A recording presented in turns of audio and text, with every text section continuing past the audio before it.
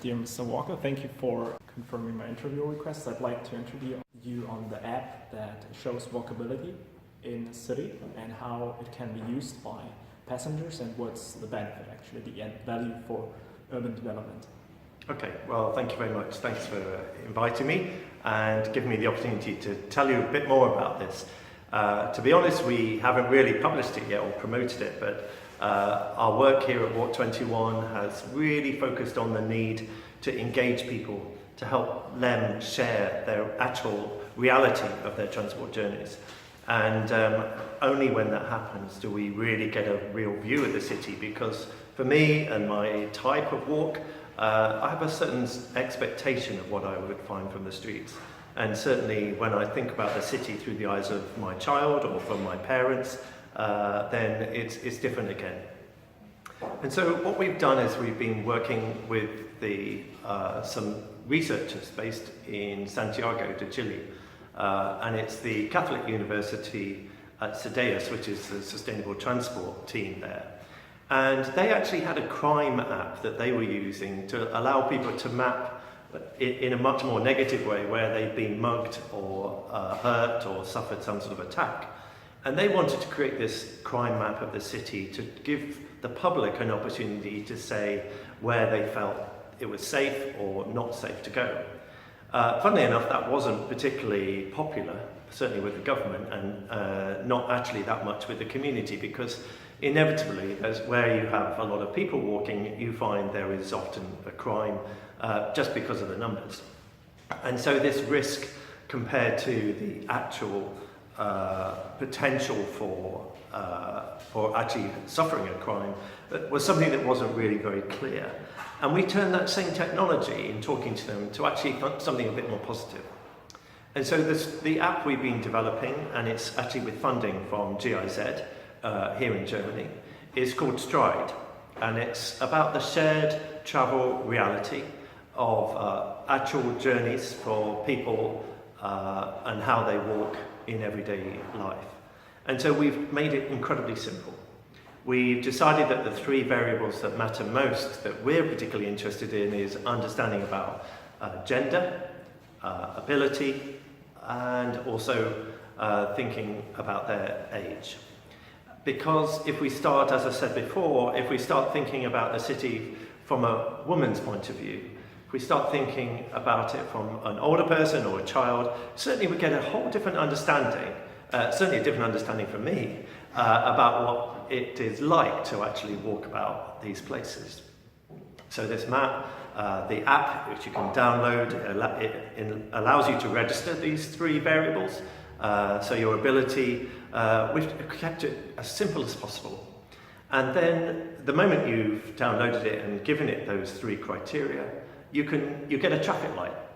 And this traffic light system looks at red for where you don't feel welcome, in fact where it's probably hostile to you. We're also interested in whether you find it easy or not easy. So in a red situation, it would be typically you don't feel included. It would be quite difficult for you to access around. And we're also interested in how safe it feels. And so red, again, it may well be that you feel threatened. You might feel that the relationship with traffic hasn't been good, or it could be a security issue. We're not categorizing those factors any more detailed than that, because we find that the moment you make it more complicated and you ask people to actually evaluate some of the actual quality of the infrastructure, it can get very sticky. So we've got red, describing that as not being so good. Green then is where you do feel it is safe, it is particularly easy and accessible, and it is welcoming. And we're just as interested in recording the places that people feel where the environments are working well, where it is what we might call walkable, as much as where it's not, because we do need to understand about where we're doing things well, how we could replicate that, or why it's working well. And so deciphering that and actually understanding where these sort of clusters of concern are, or the clusters of success are, is really the second part of it.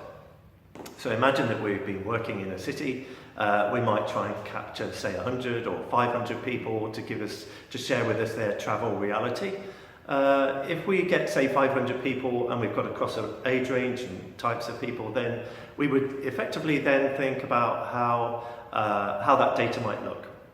I personally really like the data to be focused around a destination point, a key walking point, typically a public transport point, because if we can think about actual journeys 500 metres from a public transport stop, then actually that is the reality of most journeys are 15 minutes, it's about 500-600 metres, and that's the bit that matters most. So by capturing people at stations, asking them to download this app, gathering maybe 5-6 points of data per person would be ideal, so that we've got a really deeper understanding about their total journey experience. And all they're doing as they're walking is pressing, this is a red, and as they walk, pressing, this is a yellow, i.e. it's okay, but it could be better, or a green, this is great.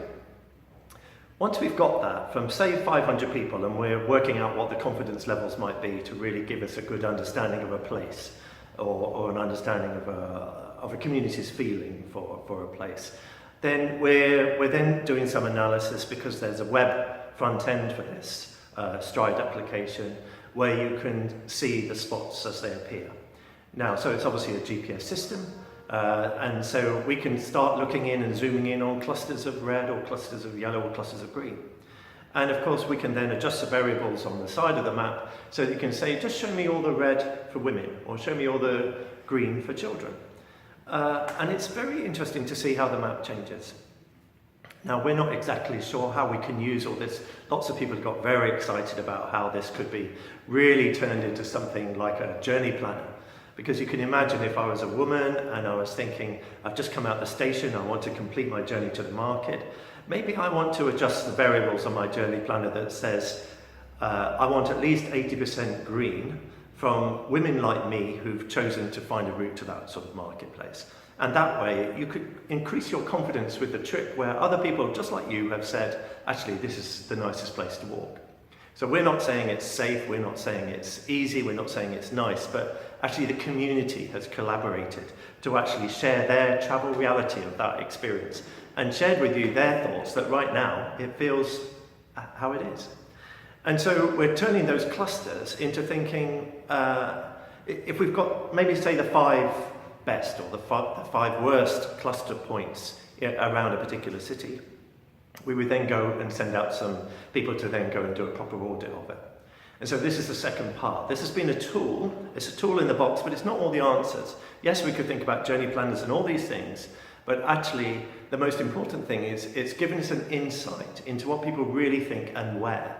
And that science of where is really critical to this, because it's not just asking 500 or 1,000 people about what they like and what they don't like. That's important about understanding a city and its walkability, but the real potential is when you start identifying it into an actual place. And so, yes, we start then doing that analysis, and what we're finding is that it may well be that the sort of red spots for an old person may well be the same red spots for a child.